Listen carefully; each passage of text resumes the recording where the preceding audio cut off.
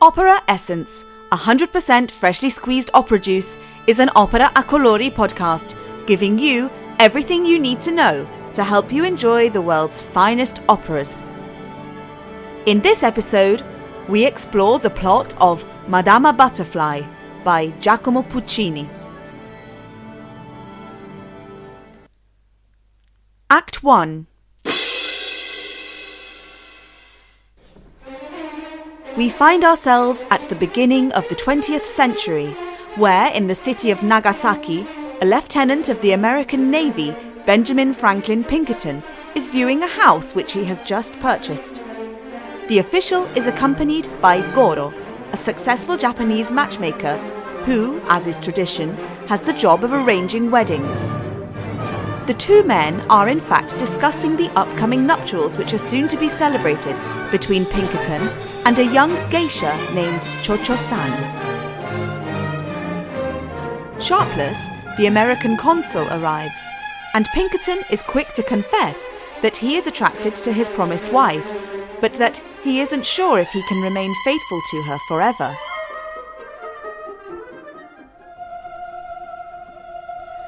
Their conversation is interrupted by the voices of some women who are approaching. Cho-Cho-san, accompanied by some of her friends, is ascending the hill to meet her betrothed. On arrival, the young girl converses with Pinkerton, telling him of her noble origins, but having lost her class status following the death of her father, and having to pay her way by becoming a geisha. In the meantime, some of her relatives, including her mother, reach the house and discuss the forthcoming nuptials amongst themselves.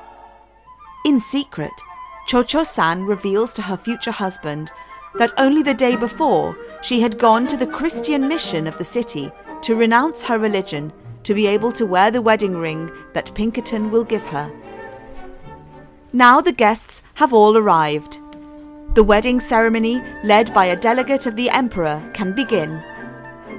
However, the festivities are immediately interrupted by Cho-Cho-san's uncle, Zio Bonzo, who informs everyone present of her conversion to Christianity. The guests are scandalized and follow the uncle, disowning her and walking away until she is left completely alone. Cho-Cho-san is very much hurt by what has just happened, but Pinkerton doesn't hesitate to comfort her. Night has fallen, and while the housemaid Suzuki says her prayers to the ancient divinities, the newlyweds renew their promise of love. Act 2.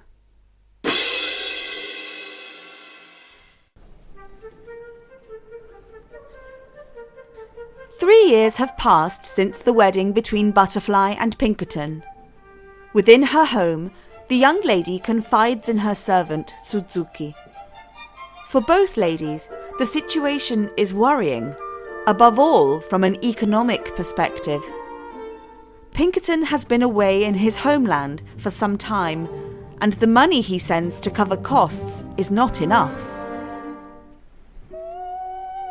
Suzuki is particularly concerned and believes that the American lieutenant has no intention of returning to Japan, but the young bride encourages her to trust in her husband's love. Sharpless arrives to speak to Butterfly, who grasps the opportunity to demand news of her husband. The consul takes out a letter written by Pinkerton, but their conversation is halted by Goro. The nakodo is accompanied by Prince Yamadori, who would like to wed the young woman, adding that, according to Japanese law, abandoning one's spouse is equivalent to divorce. Outraged, Butterfly refuses this proposal and reiterates her vow to remain faithful to Pinkerton. Once alone again, Sharpless starts reading her the letter. It contains frightening words which would suggest that Pinkerton is intending to leave his wife. Sharpless confirms what is written and invites Butterfly to accept the prince's proposal. However, the woman doesn't let the consul finish his sentence and brings a little blonde boy into the room.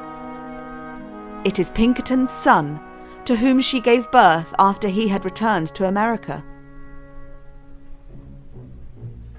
On seeing this, Sharpless is unable to continue with the letter, preferring to wish the lady well and take his leave, promising to give Pinkerton the news.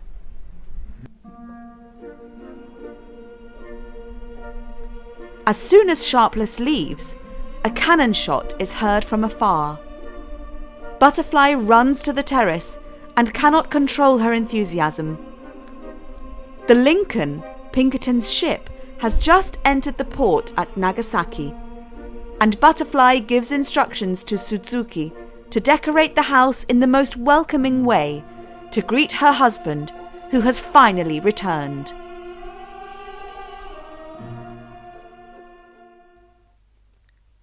Act 3.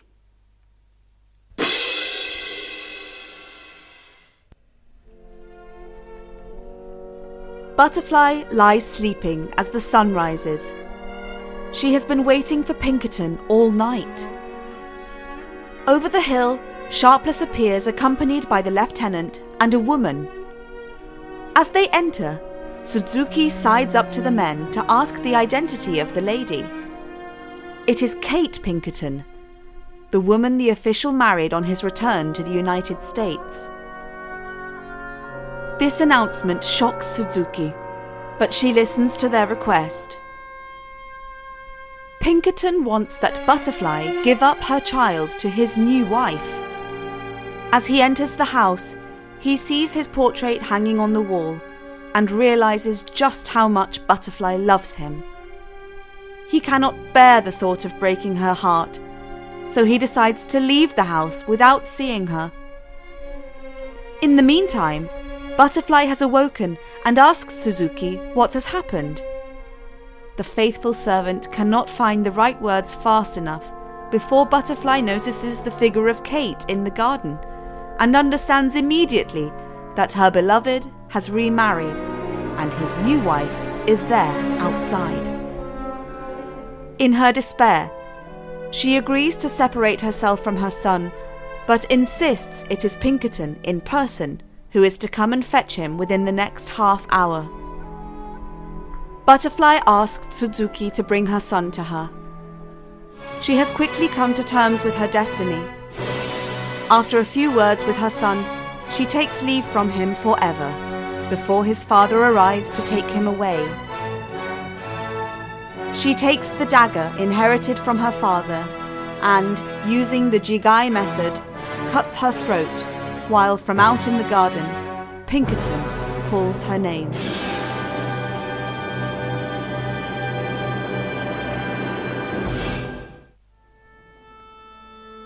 Now you're familiar with the storyline, why don't you listen to our 5 Fun Facts podcast to find out more interesting features surrounding this opera?